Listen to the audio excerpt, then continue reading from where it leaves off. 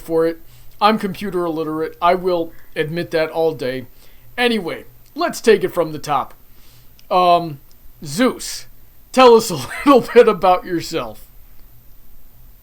Alright, so in the Brony fandom, I was one of the main game developers for a fan game known as My Little Investigations. So that's a game based off the Ace Attorney series, particularly the investigation spin-off games. And that was a game that we managed to complete one chapter for, fully voiced it, everything worked well, got great reception. And yeah, it was so much fun working on that project for about 7 years. It unfortunately had to end due to reasons out of my control.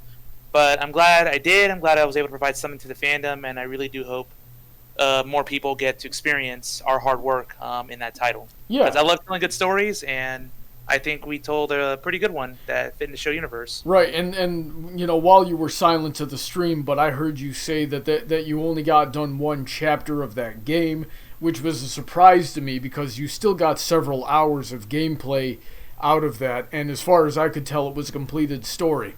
So I certainly would not chalk that up as a failure. With that being said, let's turn over to the toaster. Tournament experience. I want to hear him talk about... Okay.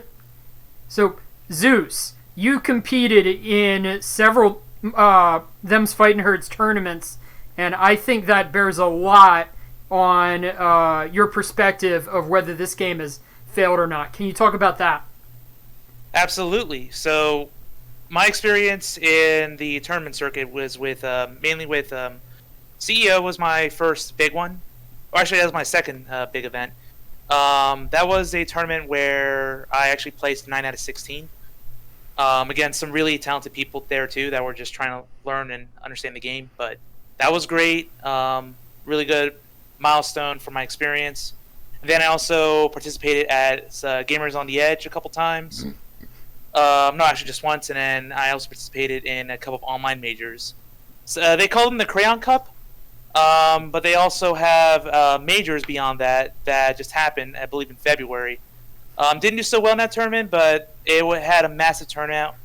And I'll tell you not, this is a game that has a really active and fun competitive scene. And this is definitely the game that also really ingratiated me into the fighting game culture. I learned a lot from this game, and I definitely want to talk more about that later on, for sure. Mm-hmm. Alrighty then. So, DJ, how are you doing tonight now that we can hear you? Greetings and beyond venue, ladies and gentlemen. This should be a fun discussion. Yep. So, right before we get into the real meat and potatoes of it, I got a real quick shout out. All of my very generous supporters on Patreon. I make that stutter every single week. You'd think I'd learn how to talk by now. Especially those guys on the $10 and up tier. Princess Heather Blossom, Shady Oak Ministry, Sid McConroy, Autoknight, Emerald Spencer, Sodden, Girder, Senko, Jennan, Kellogg, Kyle Christensen, one of our co-hosts, DJ Skywalker, Stephen A. Wilson, and the Equestrian City Heroverse series. Be sure to check out everybody's links in the description. Now, with all of that being said... Did we want to introduce me again, or was that fine earlier? They might have heard you, but go ahead. You know what? Go ahead, Bryan. Tell us a little bit about yourself. Hello, everyone. I am Bryan Rosander, Chucklyfun on Twitter, and I'm also in Brony's Discord as Chucklyfun. I am a programmer. I work in software development and web development, not in game programming, but I do know a lot about it. And like Zeus, I participated in a couple tournaments. I'm not nearly as good at this game as he is. He's really good. But this game was kind of the game that got me originally interested in taking fighting games seriously. I got my first controller, and I went to a bunch of events, and I'm slowly getting better. In terms of other stuff, I'm very interested in crowdfunding, and Them's Fightin' Herds is a crowdfunded game, and I'd like to be talking about that some. In terms of the Brony fandom, most of my effort was put into the Grand Brony Gala, working alongside Brony Buck to help run that convention, and a bunch of really cool plays that we did, dinner plays that we did as part of the event. So, most of you guys haven't met me through events unless you met me through Brony, but I was very active in the Orlando scene, and a lot of people know me here. Nice. So, the question I wanted to start us all out with was the question that was presented to us for the topic of discussion, for the suggestion here. On Twitter, it was the Insane Mentalist is in the chat right now. He's the interdimensional man of mystery, or Dankapus on Twitter, and the way he worded it was, why did them's fighting herds fail? So let me ask you guys this question. What would constitute a failure for them's fighting herds? And then we'll talk about whether or not it's met that criteria. So Zeus, what do you think? That's definitely a tough question to start us off on, but I think a failure for a fighting game like this would be if it didn't live up to what the crowd funded for. So if any of those components were a huge disappointment, I'd say that would be a mark of failure on the game. I also think that's important to look at the overall community and scene, and as well as its presence. Like, how much do people know about this game compared to other titles? Have people stopped losing interest in it ever since it wasn't the fighting subject, or has it gained more? I think that's an important parameter to look at as well. Recognition, that's recognition of your own brand, like whatever you're doing with these projects. That's hugely important. I think those two things are the biggest that come to mind immediately when assessing a project's failure or not. Let me ask you this question semi-seriously here. How many people received death threats on day one of launch for drawing the characters a certain way from people on Tumblr?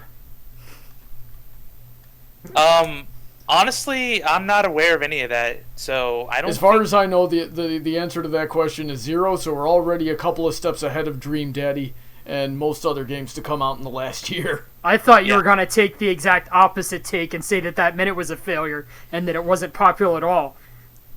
Oh dear. Yep. Well, I would rather have 5 good friends than 500 weirdos. Okay, I would argue a smaller community is better. So, Bryan, what do you think about that question? What would constitute as a failure for a game like this, or this game? So I want to analyze this from a couple different perspectives, and I'm going to introduce each one of them here, and then we can reflect on them later in the conversation. Number 1, this was a crowdfunding project, a video game crowdfunding project. By and large, most of those projects are failures. They take forever to deliver. A lot of them just don't deliver at all. And the success rate is much worse, as far as I know, on Indiegogo than on Kickstarter. This game delivered the initial release in beta form relatively early on. People were competing in tournaments with it. It was a pretty finished game, and they wanted to finish it up and release the final project goals for the 1.0 release. And they did that also within a very reasonable amount of time. As far as a crowdfunding project goes, this game is an extraordinary success. It is also a fan game. Similar criteria to a crowdfunding project. As a fan game, this is an extraordinary success. As a successor to the original Fighting is Magic game, I think that this game is an extraordinary success. It's on a much better engine. It has some very well done character art, very good production. Like, it's succeeded much better than anything we could have expected. The final one that we're considering then is its presence in the fighting game community. How is it as a fighting game? On the mechanics side, it's very good. On the production quality, on the balance side, it's very good. The only thing it hasn't done yet is it hasn't gained the attention of a large portion of the fighting game community. It's not competing against the biggest names out there. It's not being considered, except in the most recent case, EVO Online, as a mainline stage game. It's always been a side tournament run by fans which is fine. There are a lot of games like that. But what's happened is that through the crowdfunding campaign, through the amount of people that heard about it through My Little Pony, expectations for it have continually raised up and raised up and raised up, and now we're seeing, is it a failure compared to this most recent extremely high expectations for it because of how well they've done so far? And I think that's a pretty good question, and how high our expectations should be for it. Thank you. Alrighty then, and DJ, what do you think? Well, there's all that much to discuss. Bryan kind of went and did everything there. Gosh darn it, Bryan, why'd you hog everything to yourself? But for fighting games, it always seems to be community interaction and player base that I always see how it's discussed whether or not it fails. And from what I've been seeing, while it may be small, it seems to have grown ever since it fully released. So, and with it going to EVO this summer, it's quite possible it's only just going to grow from here. Now, technically, this is not the first time this game has been at EVO. But the last time it was at EVO, it almost got shut down. I'm talking about the Fighting is Magic days that I will always, for the rest of my life, be kind of salty about. So, with all that being in mind, DJ, do you think the game has failed? By your own definition. From how I've been seeing it, I think it's on an upswing. It may have been quiet for a while, which is probably why people thought it might have failed, but I don't think it's failed, because I'm looking at the Steam charts right now, and even as we speak, there's over 400 players currently playing the game. Wow, and that's now to give you guys some perspective. I think it was last week, right before Friday Night Fights, when we had Deverer on. He took a look at that moment for a Friday night, which is when I would assume most people would be sitting down playing video games. He looked at it and it said, "Oh, it had oh man, it only has 100 concurrent players right now." So if DJ's looking at it on another Friday night when most people are going to be playing their video games and seeing 400, that's a 400% increase, unless I'm really bad at math, which I know I am. Last 24 hours, over 500 people have played the game. Right, so that's pretty good. That's more than any game I've ever made has gotten. I've never made a game since nobody picked up on that. All right, Bryan, what do you think? Has the game failed? All right, so since we're on this track of talking about game numbers, one idea of fighting game community success that other people have introduced has been considering the how easy it is to find a match in the game. With a lot of anime fighters, they often, after only a year or two of release, get into what we call the Discord stage, where you can't just go on and find a match. You can't expect people to be there, or at least numbers that we're seeing tonight. You'd expect to go on, and this is on not a peak night. You'd be expecting to go on like on some night that isn't at all near EVO, that didn't just get a bunch of interest, and you'd have to go on and ask people for a match, and you would both get on and do some practice. And that is not at all uncommon for a lot of the games I play, like Guilty Gear, like Blaze Blue. So at the current moment, it seems like Them's Fightin' Herds is more popular and easier to find a match in than some of these other extremely popular for anime fighter games, in the context that it just got a big marketing boost from EVO and a bunch of players talking about it with respect to the current quarantine, that it's one of the few games out there that has good netcode. That said, I don't think we should be analyzing it based on its player count as of today. We need to be looking at it its player count after EVO ends, and maybe like a month after that, and then see how things are going. But as of today, yeah, it's a really good success, and we'd hope that more can come from here. And Zeus, what do you think?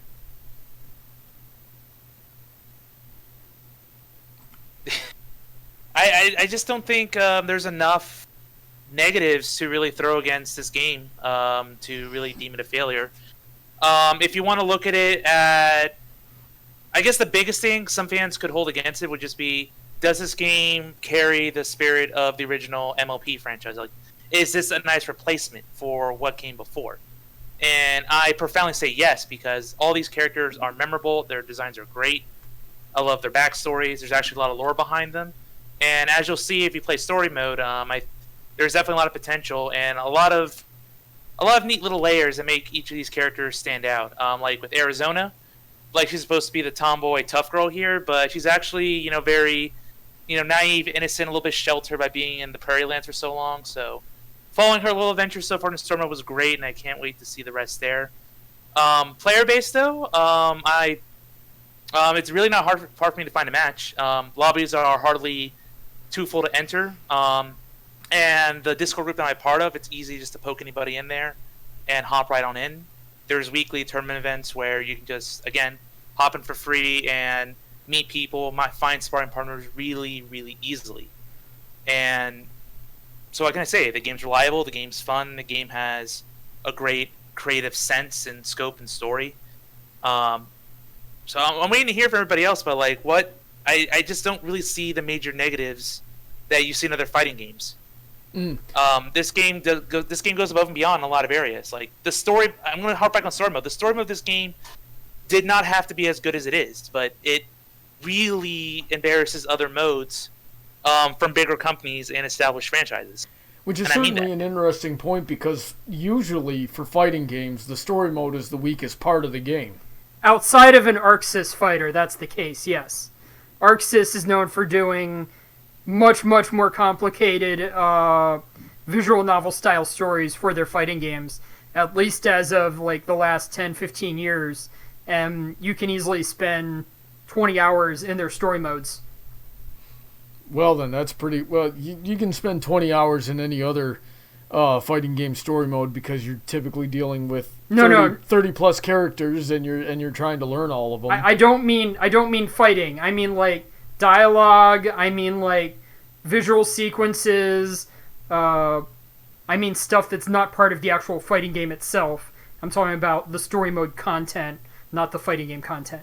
Okay. That's interesting, because that just sounds like it would classify it more as a visual novel with an occasional fighting game mechanic built into it. That part of the game is, yes. It's a weird then. hybrid. It's to give you a good feel for the characters that you're playing as, to help you identify with them. Anyway, all that I'm saying is, if you're trying to figure out which games have a ton of story mode content, and it's done very well, for almost every one of their games, ArcSys has a bucket load of story content since the last generation or two of each of their games. Alrighty then. So, it seems like we're all in agreement here that the game did not fail.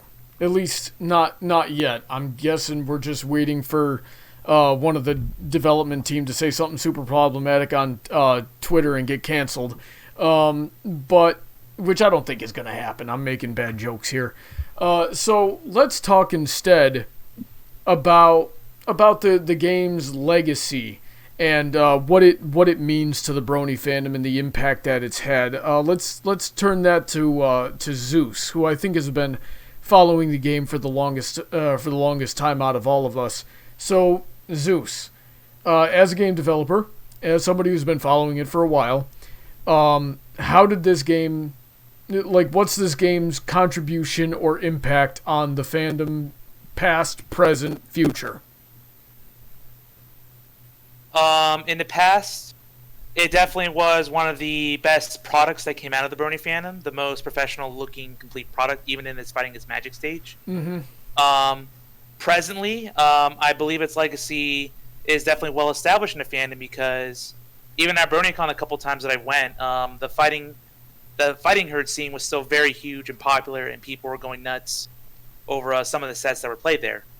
Now, granted, I didn't get to participate in them because of certain shenanigans that happened while I was there, but from what I could see, people definitely had a very good time. They recognized the polish and fun of this product, And I think for the future, its legacy is still up in the air. We'll see how EVO Online boosts this game's popularity or not. We'll see if the dev team will follow through and finish the rest of the story, because it's going to be a long one. Each of the characters are going to have like a 3 hour campaign each. So Okay. that plus the 7th character that we don't know much about yet other than it's a goat. So if the team can follow through on that, then I think its future legacy will be complete. And I think right now it's on the right track to be there. So in that sense, it can still fail, but I have my doubts that it will. So, I might be the only one left in the fandom who's kind of mad that it's not the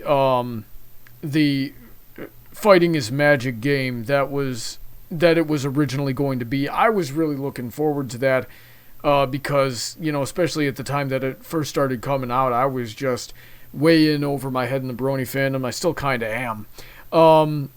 So, here's something I want to interject with this question. Could the game have gotten this good if it never became them's fighting herds? If it stayed as just Fighting is Magic with 6, however many characters they were going to have. Let's say all the balance and all the mechanics were there, because they're still pretty much the same aside from some aesthetics. Could the game still have gotten this good if they had never gotten a cease and desist? What do you guys think? I'll just take the first person with an opinion. I'll jump in there. Yeah, do it. All right. So the big moment that really changed the trajectory for them's fighting herds was not so much Lauren Faust jumping in and redesigning the characters, which is a big moment, but was really huge. What was that? I said that's huge. That is huge, but the even bigger moment was when they got access to the Skullgirls engine. All the current discussion about My Little Pony or about them's fighting herds is coming from the fact that they have good netcode, that you can play this game online. They did not have that very much in the original, and certainly they didn't have the incredible netcode that Skullgirls has. Skullgirls also has an incredible fighting game engine on any number of features, including one of the best training modes available, one of the best tutorials available, some of the best ways to create mechanics and everything in the game. They were able to eliminate a ton of bugs. Basically, they were able to turn it from a fan project into a professional project by an incredible boost in technology that they didn't have to go out and develop themselves. So a lot of what we're looking at now is the success comes from being able to use an incredible engine. Now, they had to put in a ton of work themselves. I recognize that. And a lot of that is a testimony to their ability to adapt and use an incredible engine. And that took a lot of work. Mike Z himself, the creator of the Skullgirls engine, was very impressed with what they did, but they wouldn't have been able to do it without his help. Anybody got anything to say to that? I didn't even know that. So that's really cool. I know a lot of people love the Skullgirls game, so I didn't even know they shared anything. Yeah, I enjoyed playing Skullgirls too. I'm surprised you didn't know about the Skullgirls engine change. That got announced, I think, in 2014. I was never following the game, honestly. I didn't know until years later that it had gotten a cease and desist. Oh yeah, I was there when that happened. Like, not obviously not there, but like when it got announced, and I was raging pretty hard. And to this day, I say things like, if I had been working on a project like that, if I was Main 6, if I was Jan Animations, and I got a freaking cease and desist letter, I would have been like, what cease and desist letter? You must have gotten lost in the mail. What are you doing sending it to my YouTube? I don't check that. Nobody checks that. That's not even a feature anymore. It hasn't been a feature for a long time. They'd have to come find me, which is going to be very difficult. So I was really saying that at the time. That they had no business doing that. So as we go forward here, Anybody who's played the game a lot and is into the community, what's the percentage of people in this community that are bronies? And how many are not bronies? How many people are just coming into this game because it's a unique fighting game and they know nothing about its origins? Or does that not happen? What do you guys think? That's really tough to say. I see people with like ponies in their profile pics and have pony references, but I'm guessing maybe a third of if I want to represent a third are bronies, or at least outwardly bronies. Maybe the rest. If a third of them are bronies, that means 2/3 are not, which is huge. Yeah. Oh, I see a lot of people who are not, or not clearly not with the fandom. Mm-hmm. This is really tough to say. There are a lot of people who like animation out there, so that enough could draw a lot of people in. What were you about to say, Bryan? I was assuming it was much smaller, but I don't really have any good numbers. I thought that all the people that I saw at tournaments were all bronies, but I don't really know.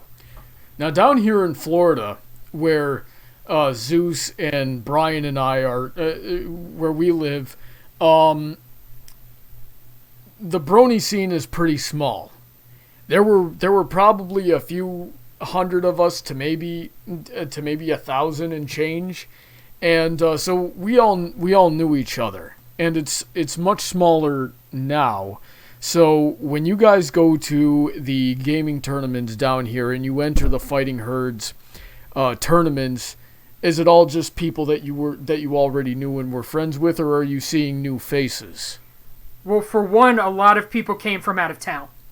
Okay. A lot of people were coming to tournaments that we were at, were coming to national or international tournaments, meaning that they were coming for other games to compete at the world level, and they also wanted to play them's Fighting Herds while they were here. We saw Black Atlas. We saw Crispy. Neko Crispy is from our area and from our fan group. He had a couple of friends with him, but the people that we were playing with were from all over the place. Okay. We did not see a whole lot of the local fandom show out to play the game. Well, what year was the first time that you played Fighting Herds at a tournament, at a gaming thing? Let me see. I don't know if convention is the right word for it. Tournament. Okay. Yeah. I think that was 3 years ago. Okay, so that had been 2017. That sounds about right. Yeah. How about you, Zeus? Does that sound about right? 2017. Yeah, that sounds about accurate. Okay, so yeah, 2017.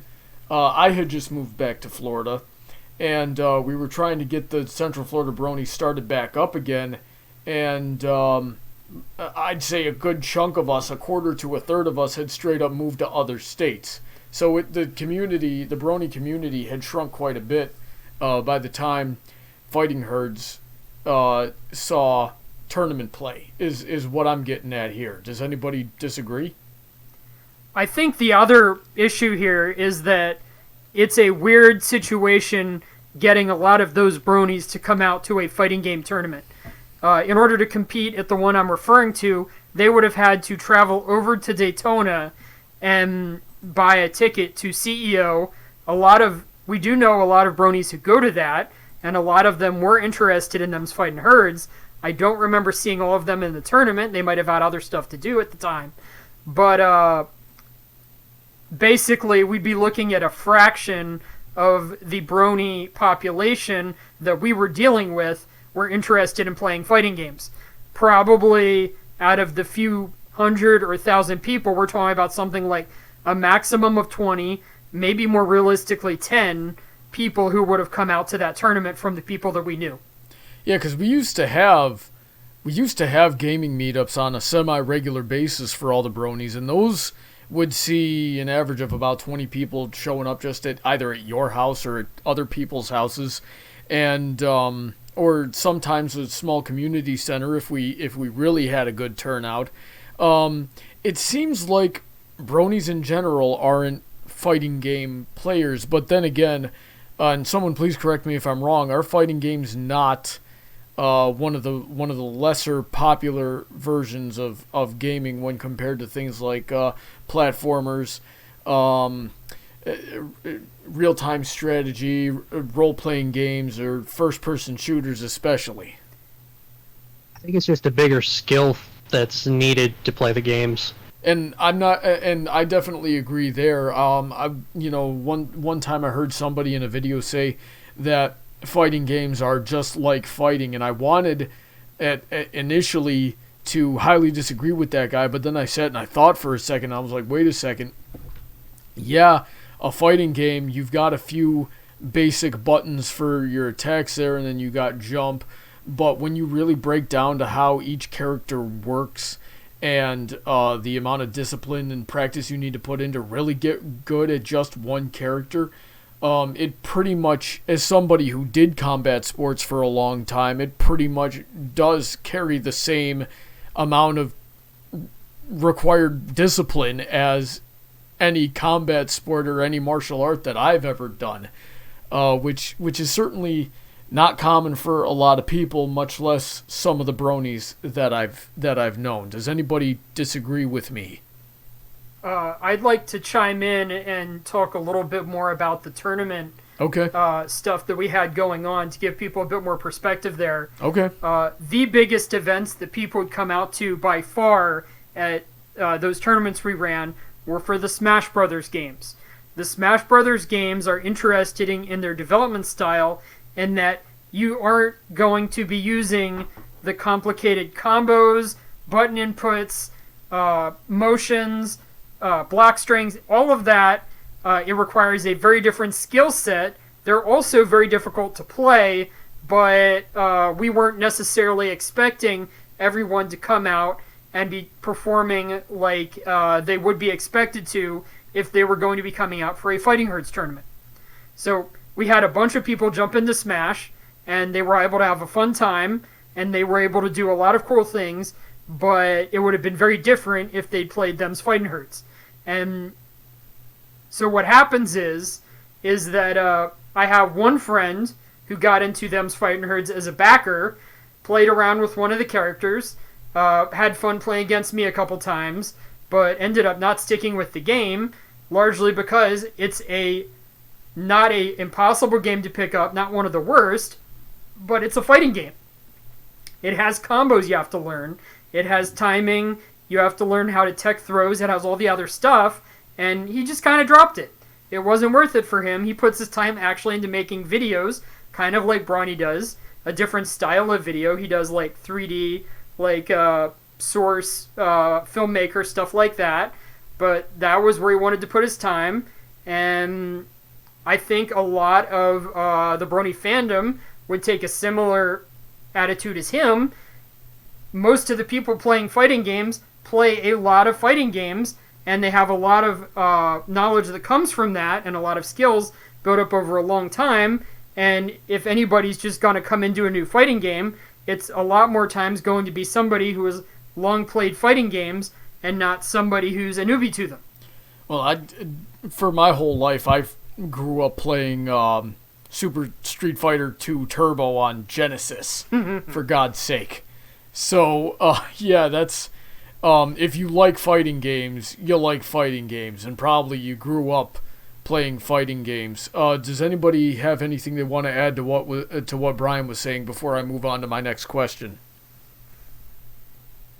No? The crickets?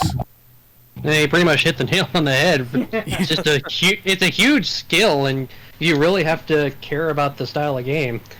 Yeah. It's, like you said, it's not like Smash Brothers where everything you need to do is basically just a quick button press. Well, Smash is a terrible, overrated game, and it should not be nearly as popular as it is. Smash has long been one of the most popular tournament games, and is a very interesting study of what makes a fighting game good, and what makes a fighting game different, and the economics of, like, how are these fighting games different, and, like, what draws people to them. A lot of people are constantly talking about how do we make fighting games easier, and Smash is always one of the biggest topics in that discussion, because it is simultaneously one of the easiest and hardest games to pick up. You can pick up a lot of the basics and you can have fun with friends, and then you can go to a tournament and you can get slaughtered harder than any other fighting game out there, just because the obscurity of the techniques that will be thrown at you and the skills that you're expected to know to play at the base level aren't something that you can just pick up like a tutorial in an existing fighting game. It has a whole lot more to it, and that's a lot of stuff which is just really hard to process. So let me ask. Go ahead. Yeah. Yeah, we could have a whole nother episode on Smash and its validity in the fighting game community if you really wanted to, but yeah, it's. But I've put my hot take out there. So what I'm are not you saying you're saying? wrong. I'm not saying you're wrong. I'm just saying that's a different discussion. Yeah. But back to Fighting Herds. This is a game. It does teach you. I think it teaches a lot of good habits in fighting games. It's helped me in others for sure. So, in that sense, I think if one wants to get competitive in it, the floor to get into it is not that particularly high, unlike in Smash, which is good for newbies like me and other people that are new to fighting games. We got people in the chat mad about what I said about Smash, but let me get into my. You're not drawing aggro strong enough, Bryan. You need to do better. The only good character in that game is Meta Knight. Anyway, here's my next question. Piranha Plant? DJ, there will be horrible physical consequences for you. I will tell that story at the end of this stream. For those in case anybody didn't hear, DJ just goes, "What about Piranha Plant?" Anyway, the next question I want to ask is how long until Fighting is Magic becomes mainstream? And to add on to this, so we got a two-part question here. I actually want you to answer this question first. Why play them's Fighting Herds over something that's more established, like, say, a Tekken, a Soul Calibur, or a Street Fighter, and how long until it becomes mainstream? Zeus, let me hear what you think about this. Why play TFH? Well, first of all, you're working with just 6 characters. And when you're working with just 6 characters in the game, some may call that as a con, but that's actually good because you can learn quickly the pros and cons of everybody and learn how to fight them with your main far quicker than other fighters that have like 20, 30, 50, or in Smash's case, like nearly 80 characters. So the number of characters does help for why people should pick up this game now. The growing community and the active tournament base, it's good to always test yourself against people online in casuals or in tournament. So I think the Discord server does a great job of letting people know when tournaments are, when newbies are more encouraged, when it's the more experienced people. And there's people willing to teach others. Like, there's guides out there that really break down a lot of fighting game terms and concepts that newbies need to learn. Like, frame data, like how to poke people, how to zone people, how to execute certain combos, what they mean. A lot of that you can learn in a game, which also has a pretty good, not the best, but a pretty good tutorial as well. They really hold your hand through a lot of concepts, and they add some charm in there so it doesn't bore you half to death. So this game is certainly a really good one to play if you want something that's different from the mainstream, that is reliable, that has some cute and fun characters, and is something that you can probably get competitive with quicker than other games, honestly. So that's really my 2 cents on it. Alrighty then, Bryan, why them's Fighting Herds over a more established game, and how long until it becomes mainstream? So I'm going to answer the mainstream question first. I have some things that I want them to do in order to move that process along, and I don't think that they're doing them very well. Number one, we need more characters, and it seems like their development cycle, having come from a fan game mindset, is a little slower than the rest of the fighting games out there in terms of regularly releasing DLC characters. Number two, moving from the fan game mindset to the professional game mindset, they need better marketing. And the game that I want everybody to be comparing this to is Rivals of Aether. Rivals of Aether is kind of like another, not fan game, but very much an indie game. It also has animal characters, so you're not going to be comparing like sexy anime girls or whatever, which this game isn't trying to compete on. No, they're both animal fighting games, and they both have pretty good story modes that really get you into the characters. Them's Fighting Herds is going to be more depth in that, but Rivals of Aether is pretty in-depth and a lot of fun. I think we need to be comparing them against that, and I would say we're not going to call Rivals of Aether mainstream, but I think it's in a very good spot right now. People are very much more willing to talk about that in the competitive scene, and it's played on the main stage at platformer fighter tournaments, whereas I don't think Them's Fighting Herds is yet, except if we consider this special case of EVO Online. As far as the second question or the first question goes, what was that one again? It was why choose to play Them's Fighting Herds over a more established fighting game? I think that this game is very interesting in terms of its neutral balance, the options that it gives you. Most fighting games are balanced heavily around what we call Shoto characters, and this game has them, but zoning in terms of like Oleander, Velvet, a lot of the characters are not using projectiles to dominate the game. So if you don't want to deal with zoners, or if you want something that feels a little bit different, this game does not have invincible DPs. That's part of the Shoto mindset. They just aren't in here. You can do push blocks, but they're quite a bit different. So it has a slightly different feel because it just rejects some of the common fighting game concepts in favor of its own, and it's also kind of in the middle in terms of difficulty to pick up. Maybe the timing is a little tight on some characters in some situations, but it's by far not the worst timing, and basic combos are something you can pick up in like one play session. The normal combos that you could be expected to do to play at a tournament your first time, you can pick up in a play session. You can get to the beginning of the easy combos very, very quickly, and you can play against friends, and you should do that. So, as a gateway fighting game, this one has potential, but it's a little too complicated, and I think the biggest reason to play this game is going to be just a lot of bronies want to get in, and this is the game for bronies, and a lot of other people want to get in because it has good netcode, and it has some really solid fighting game fundamentals for people who care about like actual mechanics, good design, things like that. Alrighty then. So DJ, let's put your rampant bronyism aside for a second. Why would you play Them's Fighting Herds, and how long until it becomes mainstream do you think? Okay, so why would you play it? Even without the brony stuff, the game just looks pretty. You don't see very many cartoony 2D style fighting games, at least from someone who only sees the AAA stuff.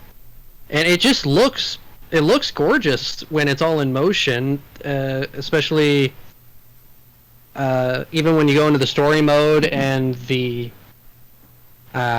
lobbies to get into the multiplayer games. It's all pixel style. There's I believe there's an additional game mode when you're doing lobby stuff. I forget what it is. That it sounds pretty cool.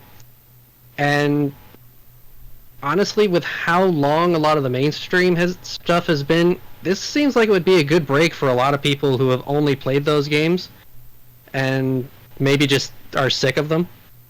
Okay. So I think that would be something good for it. Yeah, well, from what I've been hearing about the netcode, as somebody who knows absolutely jack squat about netcode, having an easy online experience certainly puts it one step above everything else for me. So there's that. It is very... Come again? Sorry to interrupt real quick, but Yeah. If you're thinking about netcode, think of netcode for Smash, then think of netcode for this game. I don't know anything about netcode for Smash. I've never played Smash Online. I've only ever played it with you. And Can I jump in and give a quick talk about netcode and why we're talking about this? Give it to me in five. Important. Give it to me in 5 sentences. Or Yeah. All right. When you're fighting in the actual game, you're gonna have a lot less situations where everything slows down, where it's difficult to manage what's going on. It's going to feel a lot more like you are playing at the same machine than Smash would. Smash, you're going to have oh, I did my action. Oh, he just rolled, and in normal life, in real life, I'd be able to react to that. But because it has bad netcode, things just happen where you can't react to it, and you feel bad because it's not like if you were acting in person. Yeah, so the game is still happening in real time, but it's lagging really badly online, so stuff isn't registering the way it should. Because of the design, it actually happens twice as slow as it needs to be. Mm-hmm. They actually require the information to go to the opponent and then back or something like that, which means that if something got delayed, you're actually experiencing twice the delay with bad netcode as you would with proper rollback netcode. Okay. So, as I was saying, having an easier and more a smoother, I guess would be the right word, time on playing with other people online with less lag and less delay and things like that, that's certainly a point in my favor for me. I played Street Fighter 2 Turbo on the Sega Genesis for the first 15 years of my life.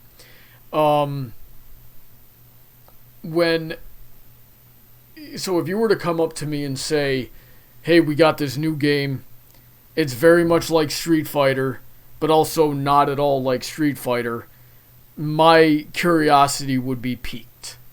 And then I'd probably spend the first day going, where the heck is the Hadoken? And why are they ungulates?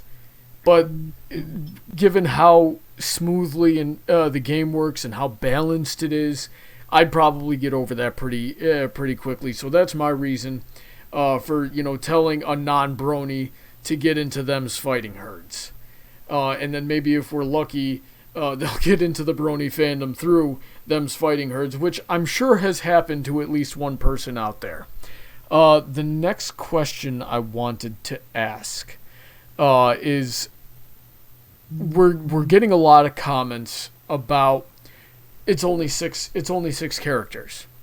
Now, I think that's a point in its favor. I like fighting games with less characters. I think more characters ruins the game, because then you develop these metas where the more characters you have, the less characters you have. It becomes like a Smash, like an EVE Online or something, whatever it is you guys play. It becomes Pokemon where there's 700 characters, but only 10 of them are any good, so you just see the same 10 characters over and over again. And they're either completely useless or they're horribly broken. So why did you even bother creating those characters in the first place? That's what I think when I look at games with massive fighting games or online games with massive hero rosters. So I think adding more characters would be a detriment. What do you guys think? Let's start with DJ for this one.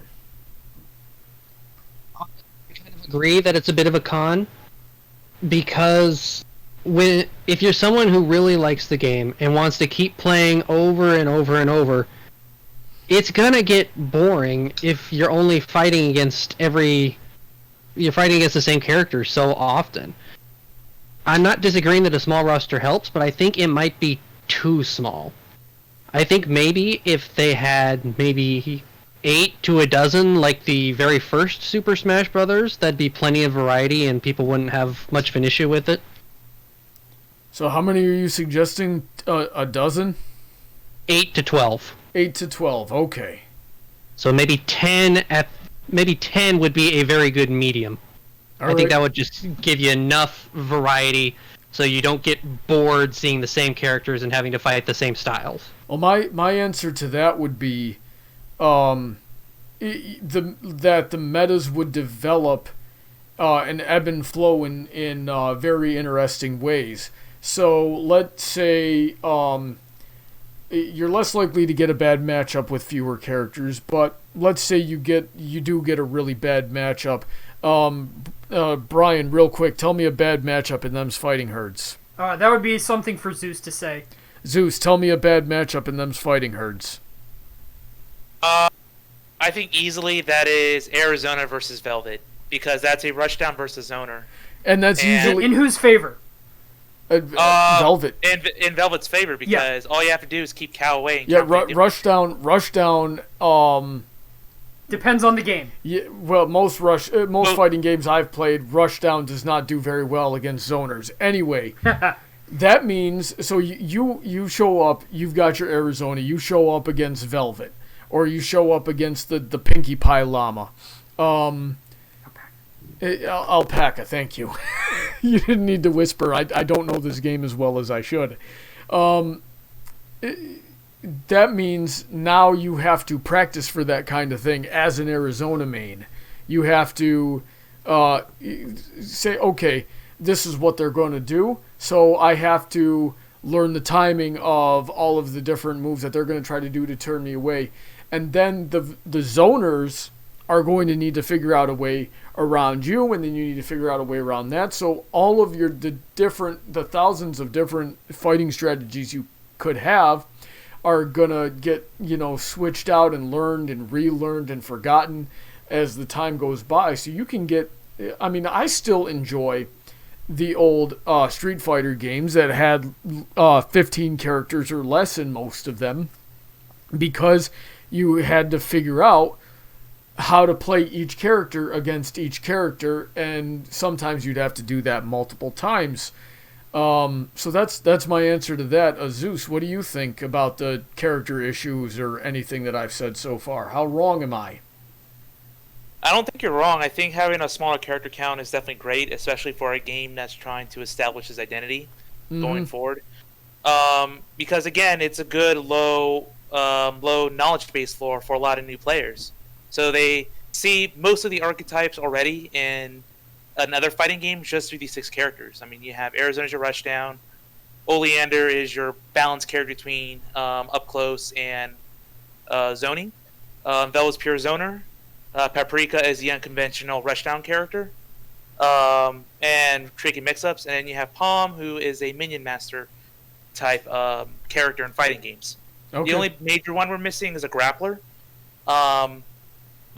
But Arizona kind of has those properties, but it's more like a long range thing. But anyway, I think this does work in the game's favor. I don't think it makes the game any more repetitive. I think repetition is great for helping players understand matchups and learn quicker. Because if you're online and you're facing, let's say, a batch of 10 characters that are really good, and you're only trying out one character against them at a pool of 30, that's a lot of scenarios and what ifs you have to lab on your own or watch videos just to make sure that whatever your playstyle is A, the right playstyle, and B, is the correct playstyle adjustments for that particular character you're struggling against. So when you remove less variables from this equation of fighting games, you're going to end up with a better experience for people to hop in. So, yeah, definite pro in my case. And Bryan, what do you think about the character issue? I definitely think that it's a problem. I don't think that anybody will take this game seriously in the sense that we were talking about earlier, in the sense that they'll treat this as a mainline competitive game until we can get at least double, maybe triple the amount of characters, which is about how many characters you get in a lot of modern releases of games. And if you don't get that many at release, they get added very quickly as DLC. One of the issues that we haven't talked about yet in terms of what adding new characters brings to the game, if you only have 6 characters in the game, that means that all of the players of your game have to divide up their fighting styles into those 6 characters. And that's going to limit your population because not everybody is going to fall into one of those characters. You just don't have enough. Another thing that a lot of players like is they like to play characters that aren't as popular. with only 6 characters, you can't play the unpopular character. You can't play the special character that requires you to do the weird stuff. There just isn't that character in this game because there are only 6 characters. We need about 6 to 12 more characters in the game for it to be taken seriously at the bigger level where other fighting games are playing. Now, as it is, as a fan game, as a initial release, it's kind of okay, but everybody's watching to see what they do next. Alrighty then. Okay, so last question I want to ask here before we get into... Well, I want to do one more add-on if that's all right. Yeah, okay, sure, go ahead. Kind of what I was going back to, the diversity in the player matches and the repetition, is the visuals. A lot of people like the visuals. They like to see the super moves. They like to see the amazing combos. But eventually, with so few characters, it's going to get boring. And that is not what this game needs, is to start seeing every match as boring because it's the same thing over and over and over again. The more characters you have, the more different techniques and combos and clashing abilities you're going to see. And that's better on the player scale as well as the audience scale. Okay. One thing I'd like to add on to DJ to support him, when you only have 6 characters in a game, it's a lot more common to get mirror matches. And one thing that the fighting game community almost hates universally is seeing a mirror match. It changes the dynamics of the fighting game quite a bit because you don't have to worry about spacing as much. If spacing is bad for you, it's also bad for the opponent, and vice versa. If the spacing is good for you, it's also good for the opponent. You don't have to worry nearly as much about having good spacing, and that skill is kind of nullified. So if you only have 6 characters, you're going to see a lot more mirror matches, or you're going to see a lot more people playing off characters and having kind of awkward matches where they're trying to play not their main just to get this match done so that they don't have to play a mirror match, because that's how much they hate it. Okay. I have no good answers for either of those points, so good job there. Now, the next question, the last question I want to ask before we get into the audience participation segment here is, did it help or hurt Fighting Herds that it took so long to officially release? Bryan, what do you think? I think that it hurt a lot because it's coming out after the final season has really ended. The Bronies have lost a lot of their steam. There were problems with the show before it ended. We'll leave that for another discussion, but we'd been losing steam. Our own convention decided not to continue because we were losing steam, and them's Fightin' Herds was relying heavily on the momentum of the Brony community to do well. That it took so long to come out and all of its support has in some sense dried up. It has to rely on its own momentum, on its own ability to drive a community. It can't just piggyback on the back of the Bronies anymore. Okay. Zeus? Yeah, I have to agree with Bryan here. Timing is definitely everything when it comes to fandom involvement. But yeah, I guess too little, too late. Bryan kind of took a lot of my points here. Stop doing that, Bryan. All right, so DJ, do you have anything you want to add to that, or should we get into the audience participation? I kind of disagree with them, actually. Okay, this is good. Tell me what's up. I think coming after the show is over actually kind of helps it. How so? As much as we don't like it, the Brony fandom doesn't have a very strong popularity. And with the main reason of it existing being over, it kind of helps take away a lot of the negativity that came before it. A lot of people are seeing this not as a Brony project until learning the history, but as this cool new animation style fighting game. And that's better for it in the long run, that it's not solely connected to the Brony fandom, and that it can be its own thing. Okay. Anybody got anything to say to that? Plus, you also said that a lot of Bronies weren't very big into fighting games, so... I do want to add on that I think that changing to a different universe in the context of losing the momentum of the My Little Pony fandom, I think that helped it, in the sense that DJ Skywalker is saying by distancing themselves from the My Little Pony characters, they don't lose as much now that they're gone. So originally we had considered that a big loss, that we lost the My Little Pony characters, but I think now that the show is over, I think that they might have done better with that change. Alrighty then. So with that, let's get into the audience participation here. So I have been watching the stream and the chat and writing down some interesting comments and the questions that we've been getting. So let's rapid fire our way through these and see how we think.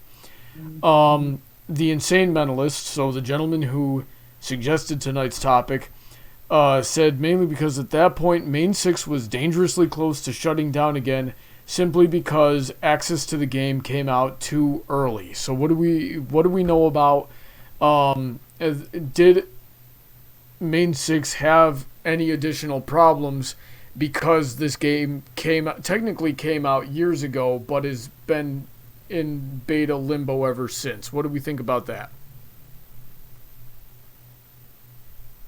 Crickets? I can go. You just keep on saying, like... Okay, so Main 6 has long had a marketing problem. In general, a lot of Kickstarter and crowdfunding projects have marketing problems where they don't communicate with people. Them's Fighting Herds and Main 6 have actually been on the positive end of that, but that doesn't mean that they've been able to really market themselves outside of that community. And I think that we're seeing some of that problem here. A lot of people just considered this game a curiosity and didn't see it demanding to have its place among the fighting game fandom. If they'd seen it marketed, if they'd stopped treating it like a fan game and more like a professional fighting game that people needed to pay attention to, then we might not have been worrying about this delay thing as much. One of the issues that we're looking at here is development took a while, but marketing can be more than just announcing new changes and development things. You can be talking about lore. You can be talking about world building. You can be talking about how unique your mechanics are. That's all part of good crowdfunding style marketing, which they didn't do enough of. And people should have been getting those releases and those analysis from the development community and sharing them with their friends to say, look how cool this is. I didn't see enough of it happening. We only got an announcement every once in a while, and it wasn't enough. Okay. Anybody got anything they want to add to that? Well, it took them 4 years, or no. Because I think the initial launch of the open, early access was 2015, yeah? That's where I remember the trailer dropping. Yeah, something like that. So, guys, that's half a decade. Half a decade of updates and improvements. Some people thought they were going too slowly, or maybe the project was maybe starting to die at some points. But yeah, that definitely was a problem. I was worried plenty of times in early access that, hey, maybe they're going to fizzle out, because I've been through that pain myself as a game developer, where we're just taking so long, or we don't have to take as long for the game since we already have the assets made. But a lot of problems crept up, and then it slowed this down. So I'm wondering, man, did Main 6 have these issues too? I'm not really following them closely, but I mean, this game should be out by now. The game felt complete outside of the modes that we're talking about, the pixel lobby, the story mode. And as good as the story mode is, I don't think it's something that warrants 5 years of development, in my opinion. Especially when we already had the most important thing done, which is the engine. So a lot of the time has to go into all the asset creation of the game, making all the art, making all the animations. I know that's time consuming, but even then, is it really justifiable for that long? Like, I don't know. Like, I need to look into the story of what took them 5 years to release, but it is very peculiar. Well, even when it was Fighting is Magic, they took their sweet time working on stuff. And I've played Fighting is Magic, and Fighting is Magic was a perfectly serviceable game as far as I could tell. So, I don't know. I don't have anything constructive to add to that. Our next question here, Bigorna says, so with the EVO Online inclusion, how will the fighting game community treat the game going forward? What do we think about that? What are our predictions? I guess. what are our predictions for fighting herds? The perception in the gaming community once EVO Online is underway. I hope that the professionals see it as a curiosity and end up getting hooked. Yeah, could you imagine like if we got Daigo Uemurara showing up to play fighting herds? That'd certainly help. He wouldn't, but we might going see... like, haha, this is the Brony game. Oh wait, it's actually fun. I can't stop. What were you saying, Bryan? Alright, so I definitely agree with DJ Skywalker. A lot of pros are treating it as a curiosity. I might disagree with him on where they go from that. Most pros will not play competitively as in a curiosity game. A couple that we do know who will, I think Sonic Fox does. He will play Skullgirls and a ton of other games just because he's interested in them. He plays almost every popular game out there, and he just is always finding new ones to get into. And notably, he does play Skullgirls, and that's his favorite game as far as I know. So he is an easy crossover into this game. I don't know if he's picked it up, but I don't think that most other fighting game players are going to continue with them's Fighting Herds as a competitive game. I think it will remain a curiosity, and I think that's largely because most of them do not play curiosities competitively because there's just no money in it, and most of them support themselves by playing fighting games. Yeah, why would I start a new fighting game? I need to practice to stay on top of the ones that I'm already good at so I can keep making money doing this. Some popular streamers who have picked it up as a curiosity include James Chen and Sejam, both of whom are popular podcasters as well, have massive audiences. They're trying the game out, and streaming it might mean as much for the game's popularity as does the EVO announcement. Okay, so what you're saying is we need PewDiePie and Markiplier to play Fighting Herds. Maybe. Yeah. That would help out a lot. I did play fan games before for ponies.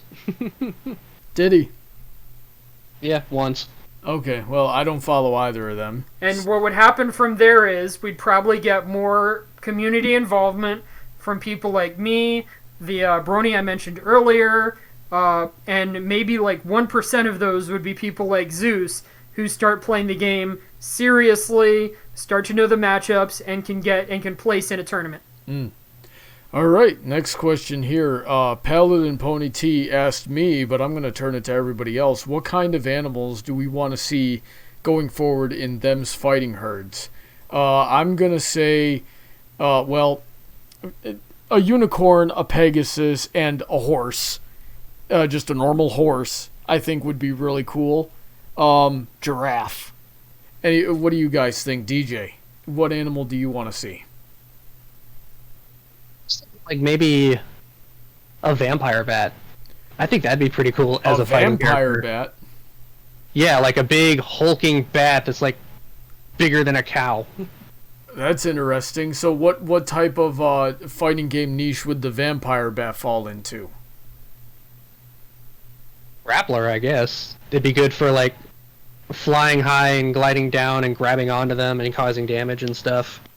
And maybe having some brute strength to it. Maybe kind of like that, like a slower version of that ninja girl from Fantasy Strike. Well, yeah, but another character kind of similar to her, I'd want to see a vampire bat be kind of like Vega from Street Fighter. So something a little more sleek and acrobatic?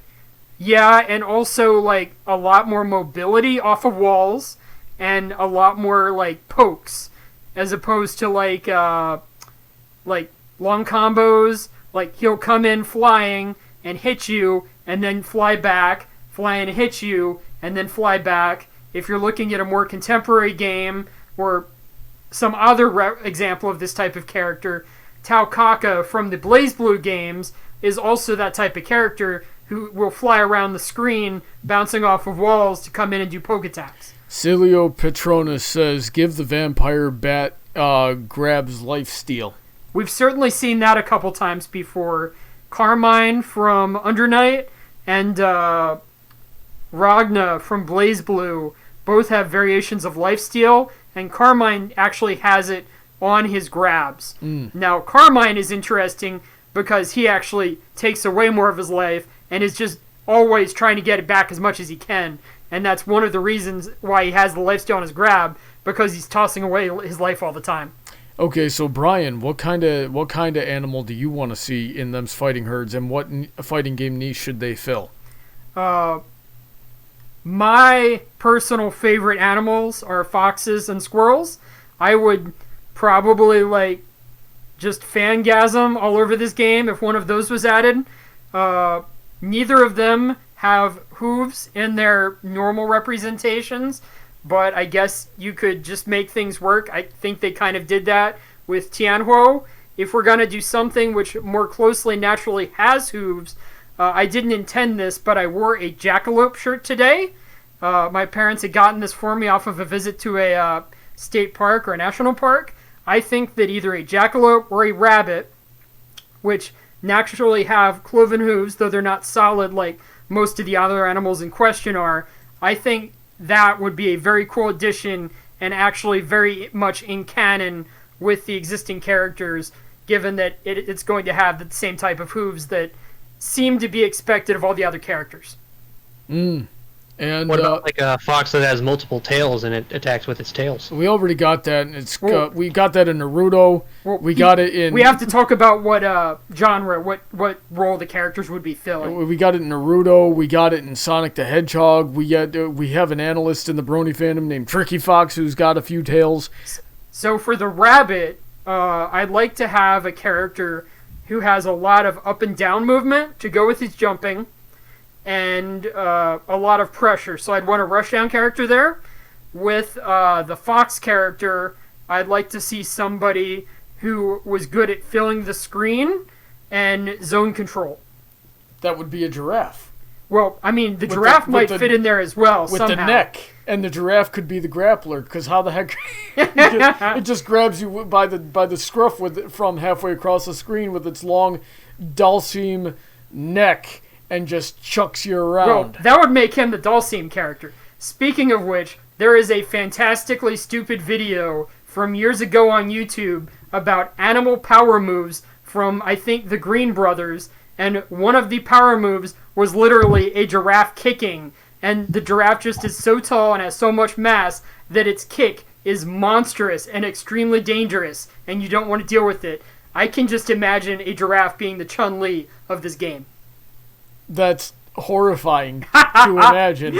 I can just you got this mental image in my head of the giraffe standing on one leg and throwing the machine gun kicks like Chun-Li. Yes. But you can't even see anything above its chest because the neck is just off screen. Yes. That would be hilarious, actually. I'm all for the giraffe idea. Zeus, what kind of what kind of animal do you want to see, and what fighting game niche do they fill? Well, I think you guys may have covered the grappling thing already. I kind of want to see a zebra witch doctor type deal, because I think that might be a mixture of Oleander's trap play, but it can also be something that's crazy. One that's able to teleport around. Well, that's probably too similar. Dang it. One thing that we don't have, which ties into the witch doctor theme, is status effects. They have a lot of status effects in the Persona games because the actual Persona RPGs had status effects, and a lot of those transferred over. Status effects would be things like you can fight and you can use abilities, but you can't move your character, or you might be poisoned. A couple different ones like that. There's also a charm variant, so you could give the zebra effects similar to the charms, to the status effects from Persona, or I think Valentine from Skullgirls has injectable potions which she can apply to the opponent, I think, which are also status effects. So what do you think about that addition to your zebra character there? I think that's a great idea. Status effects, I'm already kind of letting the dice roll in my head. And stuff that can slow people down, or maybe interrupt the move, or just something that'll mess with them. Imagine if you could stop them from push blocking. Oh yeah, like it just eats through that. Yeah. I want to. Okay, so I'm going to steal it. Or a cross cancer's their cross cancer. I'm going to steal it. I'm going to steal it back before we move on to the last questions here. I want to see a Draconicus boss that just flips the stage upside down, randomly inverts your controls, has moves that he does randomly from all the characters in the game. I want to see a Rhinoceros that acts like the tank from Cross Tag Battle. Oh, that's great. I was thinking we needed a heavy character that is not the actual grappler character. We would get so the tank that he's referring to is named Blitz Tank. It has a turret with a face on it, and the face fires out lasers from its eyes. It is the most ridiculous character in a lot of games. And it just all the Rhinoceros does is run at you, and maybe has a throw, but it takes like 5 hits to stun it. It's just got ridiculous amounts of guard and armor. Yeah, what makes the tank so nasty to fight, at least for beginners, is that a bunch of its moves have armor on them, and you have to get around that to be able to do any damage, or else he can just spam those moves and destroy you. Yes, Blitz Tank top tier is gonna be top at Evo, best character ever, waifu. I read that, yeah. Stick it in a Sailor Moon outfit. And like that, you've lost me. You were good up until you brought your weird weeaboo crap into it. Why are you here? Next question, Brony. Next question. Okay, Joshua Schutler, if I'm pronouncing that. I'm sorry. I'd say Fantasy Strike is a better introductory fighting game. Any disagreements? Never. How about we actually just say what Fantasy Strike is? Yeah, so it's Bryan, tell us what Fantasy Strike is. Alright, Fantasy Strike is one step up from the simplest fighting game of all time, Dive Kick. Fantasy Strike has just a handful of buttons, and all of the buttons do what they say they're going to do, kind of in the spirit of Smash Brothers, but you can learn all the highest level techniques right from playing other people. You can look them up online, and you can do them. The difficulty in Fantasy Strike is knowing when to do the moves, is actually like outsmarting your opponent. It is a very, very fun introductory fighting game and is about as good as you can get for that. And it also has great netcode. I love playing the game. I would not mind doing that on stream sometime with Brony's club. Okay, and also pray to God that you're not fighting the rock golem thing, because that thing is broken. By the way, every character in the game is broken. If the walls have ears, you can have any of these. I'm copywriting these characters, so you can have them for those fighting herds, but I want money. Anything that was suggested on tonight for additional characters. Brony wants money for waifus. You take that back right now. All right. You heard it here first. Mark it down, guys. Mark it down, chat. Yeah. Yeah, I could if I get a check in the mail for your Sailor Scout Rhinoceros tank. Yeah. I'm going to put that check in the bank. And then I'm going to beat you with your own leg. Just so you know, Bryan. So, last question here. Martin Darabi says, does anyone else think that the Steven Universe franchise would make a good fighting game?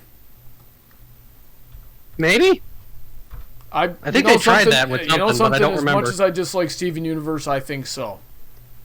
The different weapon styles could be neat. Yeah. And maybe even fusions.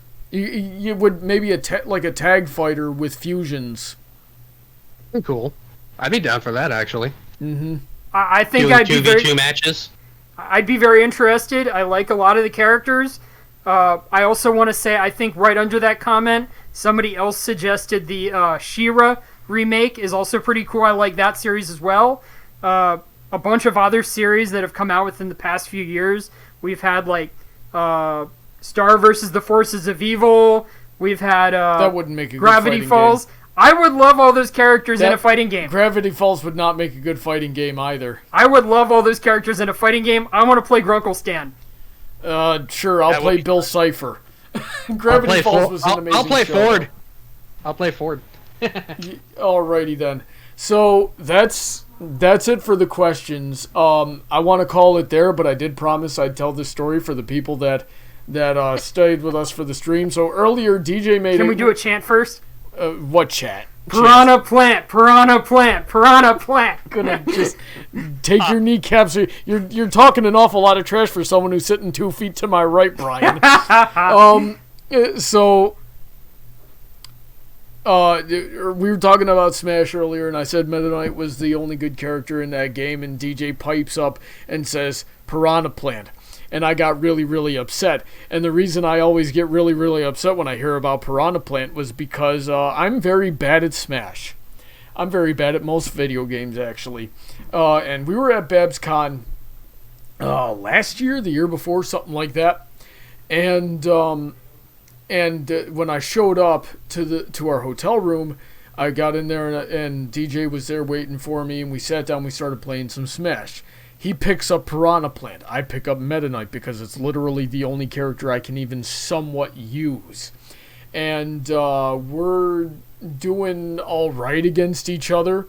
And then I knock him off the stage. Like, it was the only time I've ever pulled off a good edge guard on the stage. And he falls off with this Piranha Plant, and he's gone off the bottom of the stage for a solid at least 3 to 5 seconds. I'm just waiting for that signature explosion, and it never comes. And all of a sudden, you hear it first, which is the worst thing. You just hear, and the Piranha Plant starts floating up from the bottom, all the way up to the top of the thing, and then he turns it around and knocks me off, and then I lost the game, and that just made me so incredibly irrationally angry. And I tease him with it every time. And he trolls me with it now at every chance he gets. I'm pretty sure we were on the 4th floor of that hotel. I'm pretty sure they heard me yelling in the lobby. I was so angry. Martin DeRabby says, I'm proud of you, Brony. You didn't fall for the Kirby temptation. I actually started with Kirby for the sole reason that my girlfriend Heather Blossom really likes Kirby. And Kirby was all right. But then I switched to, I'm like, oh, wait, she also likes Meta Knight. I'll try that. And then I actually managed to not get juggled at every opportunity when I was with Meta Knight. So I was like, okay, I'll just stick with Meta Knight then. Bryan looks like he wants to say something. I have a question for Brony here. Oh, God. Do you think that the pot on the bottom of the Piranha Plant should count as a hoof? Like, would that be canon? No, that a does hoofed not animal count as a hoof. to be included in Them's Fighting Herds? A hoof is like a compound fingernail. It's the same material, okay? If you ever seen a horse without a hoof, it's really weird. It's like a dismembered limb. That's a big. The pot is porcelain. It has dirt in it, I should assume. Clay, yeah, whatever. No, it is not a hoof. What the heck are you on, Bryan? Well, Piranha Plant has 2 little feet that come out the bottom of it. Does it? yeah, that's how it Yes, works. I would assume those are the roots, but that's still not a hoof. That just furthers my point here. Piranha Plant for Them's Fighting Herds. Let's get on it. Canon. Yeah, how long until Them's Fighting Herds becomes a crossover? We haven't talked about that yet. How long until I can play Terry Bogard in Them's Fighting Herds? Those are hooves, right, Bryan? Yes. Ugh. Oh my God. You know what? This is the life I chose. Thank you so much for coming out, everybody, especially sticking with me for those first 12 minutes of the stream. We went a little bit over time tonight, but we had a pretty good conversation. At least I think we did. Do you guys have fun tonight? Oh, this has been a blast. Good. Oh, we got Bigorna saying Piranha Plant is the best pony. Bigorna, you're next. You're just lucky I can't get all the way to Brazil. Yeah, Brony, it was a lot of fun tonight. Thanks for taking the time to discuss one of my favorite fighting games. Yes, and an important fighting game to me. You're very welcome. I'm glad you could come on. Thanks to Dankapus for suggesting this. I was just waiting for an excuse to do it, and once the game released last week, I was like, okay, now is the time. But anyway, thank you very much. I so much enjoyed this. I loved having fun with all y'all, and Brony specifically. It's so fun to antagonize him. Good night, everyone. I gotta stop inviting people on if they're just gonna freaking troll me. Big thanks to all of my very generous supporters on Patreon. You guys make this stuff possible to keep going here. We need to get those numbers up. I'd love to have you on the show. We just need you to join up on the Patreon for as little as $1 a month, at which point, you can get in to the Discord server where you can be on the show if you want to be on the show. It's where your suggestions for topics and games to play on Friday Night Fights are given a little bit more priority. You can come on this show and troll me like these guys are doing if you should so desire. I'm especially grateful to my people at the $10 and up tier. These are the gorgeous Princess Heather Blossom, Shady Oak Ministries, Sid McConroy, Autoknight, Emerald, Spencer, Sodden, Girder, Senko, Jennan, Kellogg, Kyle Christensen, Stephen A. Wilson, the Equestrian City Heroverse series, and Mr. Piranha Plant himself, DJ Skywalker. If you guys want to hang out with me some more, tomorrow night I'm going to be on Princess Heather Blossom's channel, hanging out in the chat while she does some crocheting at 10 o'clock p.m. Eastern Standard Time, or come back right here next Friday at 8 o'clock Eastern Standard Time for some Friday Night Fights. And yeah, that's about it. I hope you all had fun. Stay safe out there, stay healthy, and have a great night. Goodbye, everyone. Good night, everyone. See ya. Have a good night. Get up, everybody. Alrighty.